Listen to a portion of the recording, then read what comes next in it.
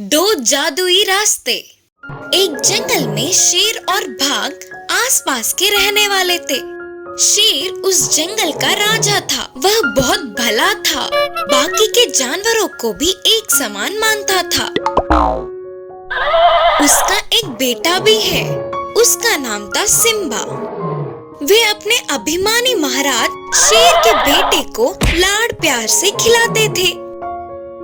और वही पास में रहने वाला बाघ बहुत ही दुष्ट था। ऊपर से कोई जानवर अकेला दिखे तो बस उसके पीछे पड़कर शिकार करके खा जाता।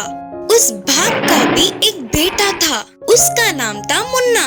वह अपने पापा की तरह ही दुष्ट था, इससे बाकी के जानवर उससे दूर ही रहते। ऐसे दिन बीतते गए। एक दिन महाराज शेर बीमार हुआ तो उस जंगल का चिकित्सक गोरिल्ला आकर उसकी परीक्षा करने लगा और बोला, देख सिम्बा, तेरे पापा जी को बहुत बड़ी बीमारी है। ये इतने दिनों से अंदर ही थी, आज ही बाहर निकल पड़ा। तुरंत इनका ऑपरेशन करना होगा और उसके लिए 5 लाख तक का खर्चे होंगे। अगर उसका इंतजाम कर लोगे तो मैं तुरंत ऑपरेशन शुरू कर दूंगा, वरना हम तुम्हारे पापा जी को खो देंगे। करके बोलकर गोरिल्ला चला गया। अपने पापा जी को ऐसे देख के सिम्बा को रोना आ गया। उतने पैसों का इंतजाम कैसे करेगा वो, उसे कुछ समझ नहीं आया।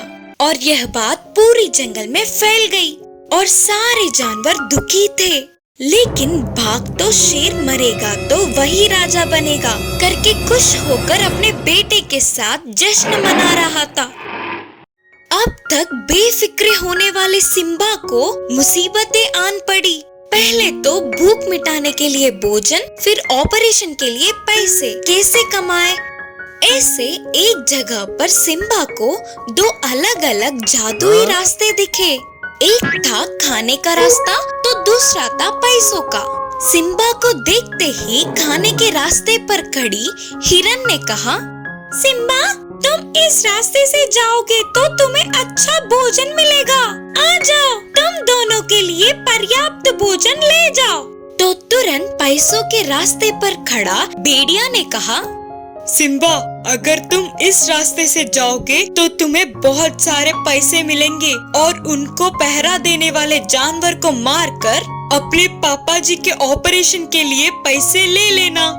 तब सिम्बा ने बिना कुछ सोचे कहा, मुझे पैसों की जरूरत तो है, पर किसी के जान की कीमत पर नहीं। बोलकर खाने के रास्ते पर जाके भोजन लिया तो तुरंत पैसे भी मिले। सिम्बा, हमारी अच्छाई का इनाम है ये पैसे, ले जाओ। यह सुनकर सिम्बा खुशी से उछल पड़ा और उन पैसों को ले आया। तुरंत अपने पापा का ऑपरेशन करवाया।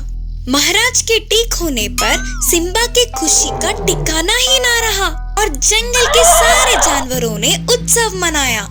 इन जादुई रास्तों के बारे में जानने वाले बाघ उधर पहुँचे। उन्हें भी शेर के जैसा ही बहुत सारे पैसे मिलेंगे।